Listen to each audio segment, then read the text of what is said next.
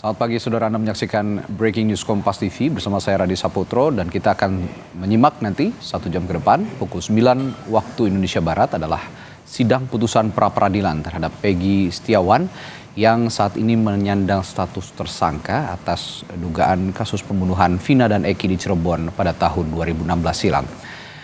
Sidang ini sendiri nanti akan berlangsung di Pengadilan Negeri Bandung dan hingga saat ini masih menantikan kehadiran dari termohon dan juga pemohon untuk sama-sama dibacakan nanti menyaksikan pembacaan putusan dari Hakim Tunggal Pra-Peradilan Eman Sulaiman. Dan saudara, untuk mengetahui bagaimana kondisi paling akhir di Pengadilan Negeri Bandung jelang putusan sidang pra-peradilan Peggy Setiawan, kita akan tanyakan langsung pada jurnalis Kompas TV Ninda Destiani di sana. Ninda, selamat pagi. Kira-kira bukti kuat yang membuat kedua belah pihak, baik pihak Peggy sebagai pemohon dan juga dari pihak Polda Jawa Barat, apa saja ya bukti-bukti yang diajukan dan bagaimana kira-kira nanti kesimpulan yang disampaikan kedua belah pihak ini akan menjadi pertimbangan hakim dalam membuat putusannya, Ninda? Iya, selamat pagi Radi dan juga saudara. Saat ini di Pengadilan Negeri Bandung ini tengah hadir sejumlah pihak dari pihak keluarga Peggy, kemudian juga sejumlah kuasa hukum dari Peggy untuk kemudian nanti akan menyaksikan sidang lanjutan dari tersangka Peggy Setiawan yang digelar rencananya pada pukul 9 pagi nanti ya mendatang, Radi dan juga saudara. Dan memang untuk agenda hari ini yakni adalah agenda putusan dari pihak Hakim Ketua ataupun Hakim Tunggal yakni Eman Sulaiman. Nah, nantinya kedua pihak yakni pihak pemohon maupun juga pihak termohon tentu akan hadir. Kami sudah melihat kehadiran dari keluarga Peggy, Kartini, ibu Peggy beserta adik-adiknya yang kemudian juga sejumlah kuasa hukum telah hadir di sini, dan tentu dari pihak pemohon sendiri yang mengajukan gugatan pra-peradilan ini telah memiliki sejumlah bukti kuat. Untuk kita mengetahui bukti apa yang kemudian telah dilakukan ataupun sudah dipegang oleh pihak kuasa hukum Peggy Setiawan, kita akan langsung berbincang dengan salah satu kuasa hukum dari pihak Peggy Setiawan. Telah hadir di sini bersama kami ada Bapak Mayor TNI CHK Purnawirawan Pak Marwan Iswandi. Selamat pagi Pak Marwan. Selamat pagi Mbak Nindya. Terima kasih sudah bersedia untuk berbincang bersama Kompas TV secara live di sini. Bapak, saat ini kita sudah masuk ke dalam hari H sidang putusan Pak. Dari pihak kuasa hukum Peggy Setiawan, apa yang kemudian ditekankan kembali dan disiapkan Pak?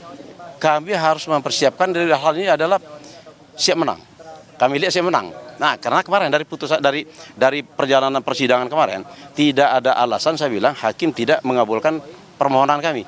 Kalau melihat dari perjalanan, termasuk dari keterangan ahli, dari apa yang dilakukan penyidik yang melakukan ini kan mentersangkakan klien kami tidak sesuai dengan peraturan Kapolri. Dan dia mentersangkakan yang di DPO itu ada Peggy Peron. Sementara yang ditangkap sekarang adalah Peggy Setiawan. Makanya kami berkeyakinan menang, tetapi semuanya kita tidak bisa mengatakan suatu pasti. Tapi keyakinan kami lihat dari fakta hukum yang ada.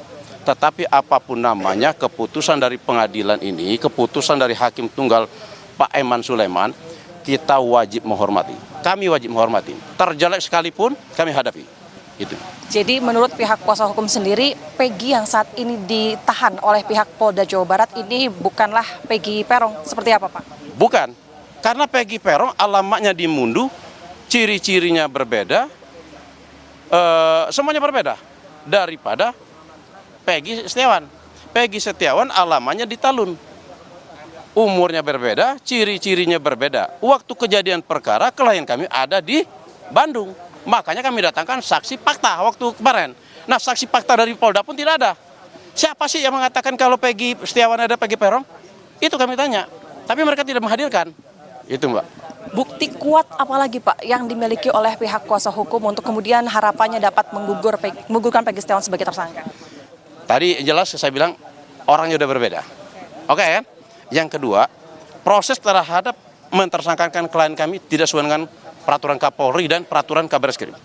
Kalau peraturan Kabareskrim atau Kapolri itu jelas. Ini kan bukan tertangkap tangan. Klien kami bukan tertangkap tangan. Tanggal 21 baru ditersangkakan. Tanggal 21 juga mereka itu setelah menjadi tersangka klien kami, baru mereka cari alat bukti. Kan lucu aja.